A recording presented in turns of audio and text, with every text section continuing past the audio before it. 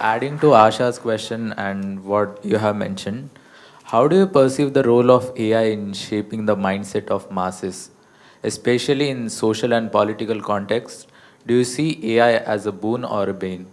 And how do you see the role of AI in governance and position of government as a stakeholder in generative AI?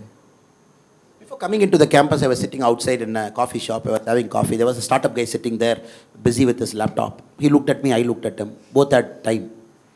I said, who are you? He said, sir, I'm some startup guy. He asked me, who are you? I said, I'm doing politics here. Within 30 minutes, let us discuss. I said, which field you are? And he said, I'm in the people hiring field. I said, it's going okay? He said, no, sir, AI has disrupted everything, sir. Now all resumes are fake, sir. People write all beautiful things, and we are taking so much time to realize what is right and what is wrong. All statement of purpose, very fancy ones they write. It looks so believable, very emotional. And it just happened to me 30 minutes before, outside your campus, in the road across in the coffee shop. So 100% it is going to disrupt. Massive disruption is on. And let me go one step further. For a country like us, which is just getting into that orbit of high growth, because your second part of the question is about how the country AI disruption. And we are just warming up to get into that orbit of $10,000 per capita income. We are about $5,000 now. And we have an ambition to reach there. Now I'm going to read out the statistics for you. Since you are max guys, I prepared something in my computer and came. And what is India's GDP now? So we are about 3.8 trillion, give or take a little bit million here and there, 3.8 trillion. So China's GDP is about 17.9 trillion today. I hope it is a true figure from China, because nobody knows what is the true figure. $17.9 trillion. And the Americans are somewhere around $37.8 trillion today. Americans are at 37.8. I'm getting the acknowledgement from the professor, which means my numbers are right. 3.8, 17 and 37 is the number we are looking. I was just calculating, when I go to IIT campus, these guys are going to make my country, our country, the developed country by 2047, correct? That is our goal. So I was thinking, how will you guys do it? So I did a simple mathematics calculation.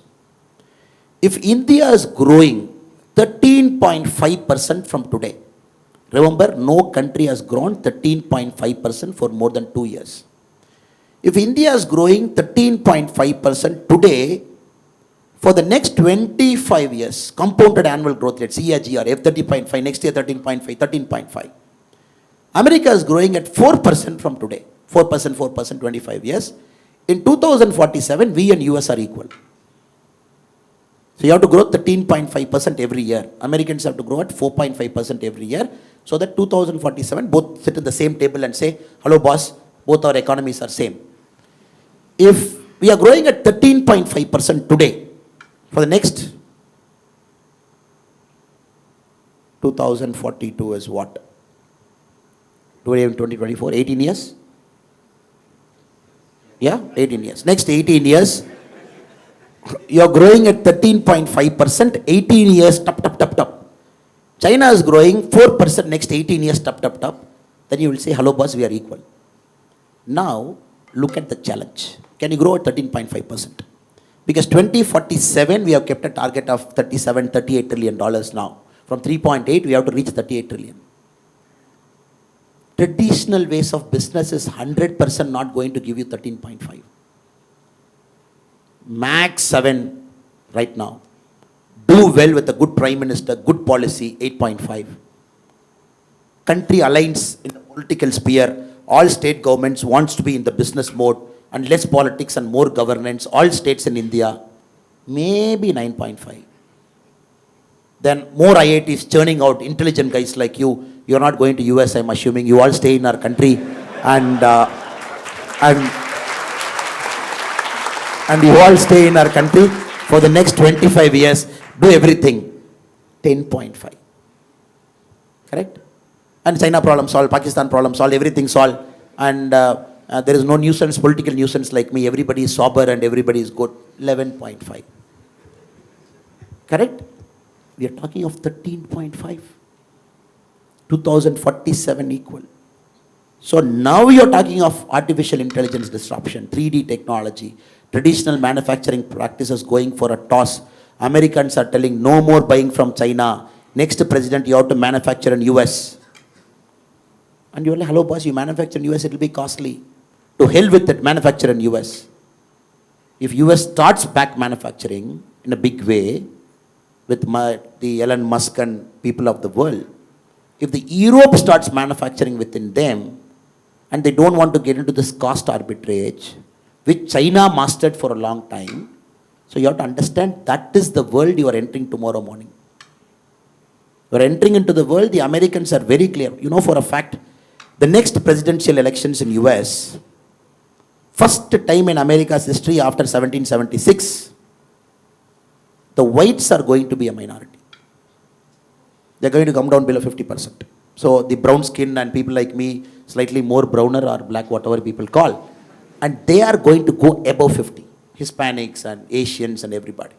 The traditional whites, the Bible Belts, the Mormons, people inside, the so-called traditional whites, they're going below 50.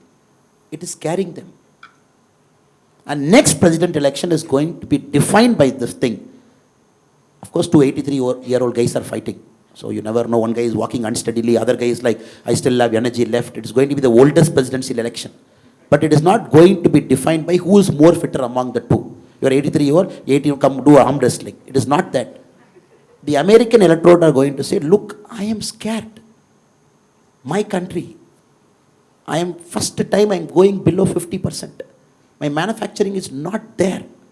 I am not getting jobs. My per capita income is coming down. If you look at the groups, the Hispanics and the Asians, their per capita income is growing up because they are more hardworking. Maybe I am not hardworking, but I don't want to work hard. Their artificial intelligence is entering. You start to imagine, it is reshaping the global politics. It is reshaping the way people are voting. Countries are going far right in Europe, far right. You have seen the current Danish Prime Minister speaking in the parliament. Have you seen the speech? His speech about Muslims, his speech about immigration. Did you see? My God, different level. He's speaking that kind of language in a parliament because they are forced to go extreme right. And Palestine and Gaza, what?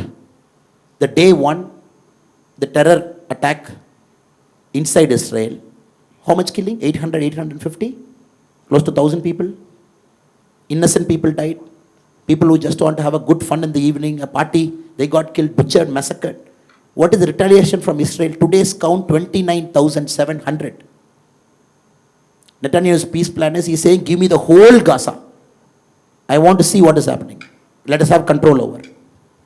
Just imagine, it is completely disrupting. People are fearful. People are afraid. People think the supply chain is going one side, probably to our hemisphere. And the South is fearing, the North is regaining control. The North is fearing, South is more noisy. The global South, the North. So you're getting into this geopolitical tension, which was never there maybe 100 years before. Even World War II was not worse than this. Because now there is no powerful guy. There is zero powerful guy. Who will put a regulation? Why should I listen to Americans' regulation on AI? Tomorrow if Joe Biden is saying, oh, this is America's regulation on AI, you all have to follow. I'm not going to follow. I'm saying, who are you? No, they say 1950 I was a great superpower. I will say to hell with it. You are no more a superpower. You are declining superpower. You are no Pax Britannica. You are not no Pax Americana. For 100 years, one global superpower managing the whole world. Look at America. They want to manage the whole world. You put one aircraft carrier in South China Sea. You put one closer to the Koreans. You put one in the Middle East. You put a CENTCOM command here. You have a Pacific fleet. You have a blue water navy. Everywhere Americans felt, oh, this is my century. I'm controlling the whole world. Middle East fellow have to listen to me. The Koreans have to listen to me. The Japanese have to listen to me. Now, why will I listen to US? If you look at Jaishankarji's statement, the America is listening to Jaishankarji now. He's going to US and talking a language which we never thought in our lives. We will hear an Indian external affairs minister talking in US like that. So the point I'm trying to tell you is,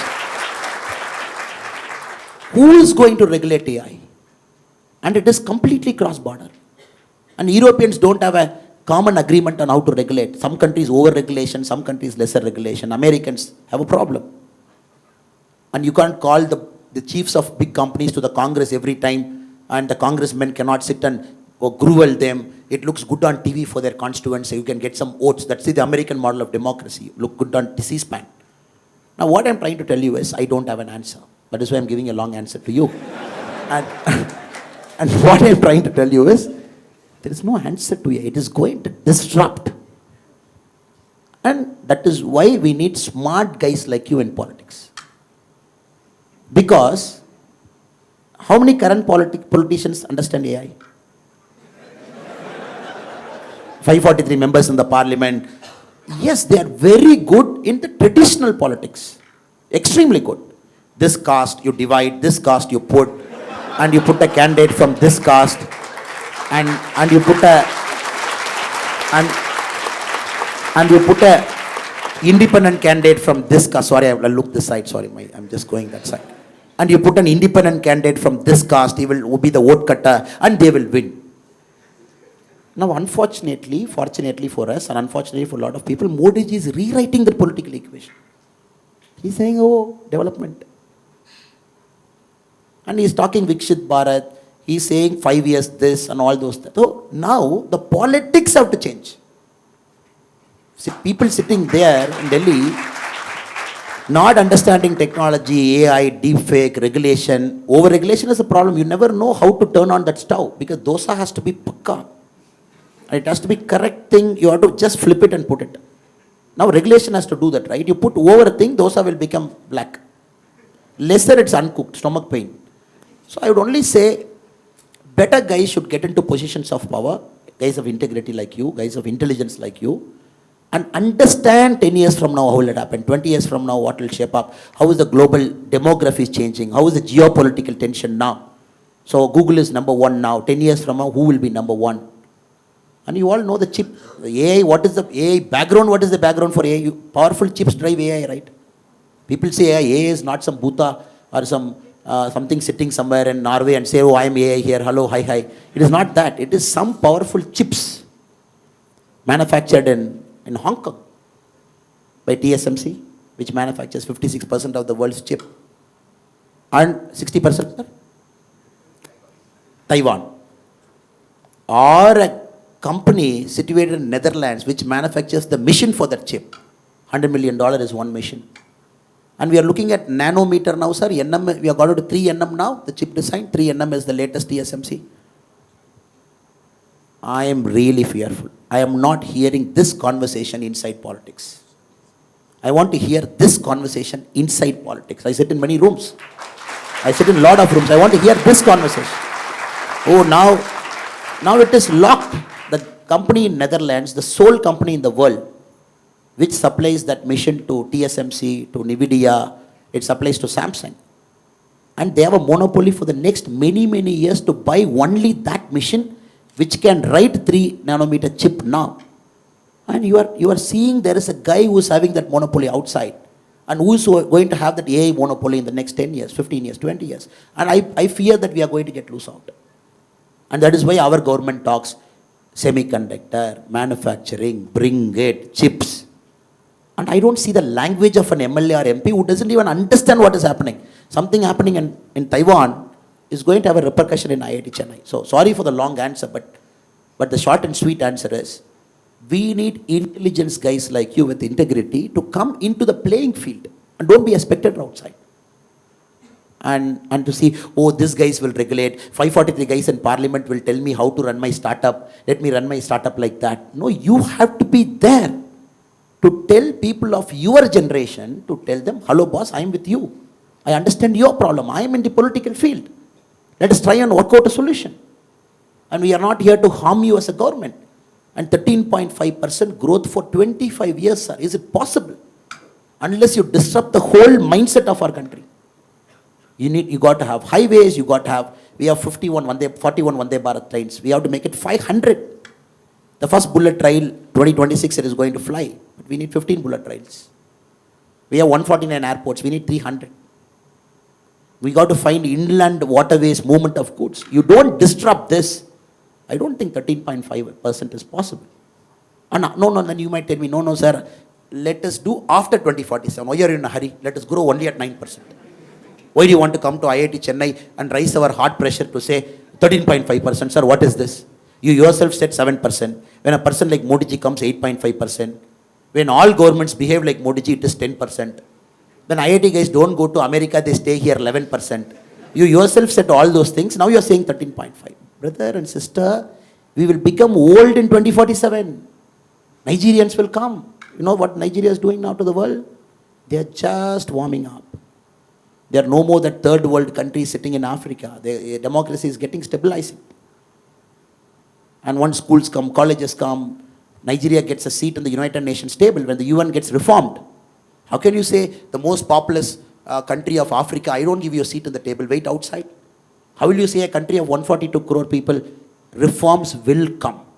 India will be a permanent member. It's a matter of time. It's geopolitics. It's geopolitics. And reforms have to happen.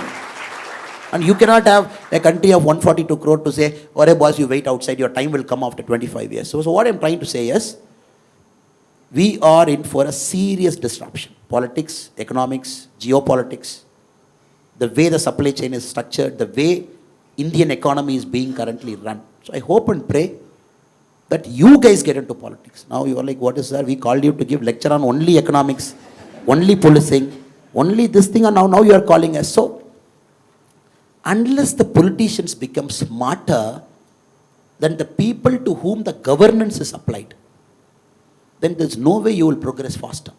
So I hope and pray that we all together will solve the AI challenge. Now she is wondering, no answer you gave me. You took 15 minutes, you traveled around the globe, you went to CHIP, and now you say you don't have an answer. Thank you for that very long answer, sir. He's already becoming a politician, you see.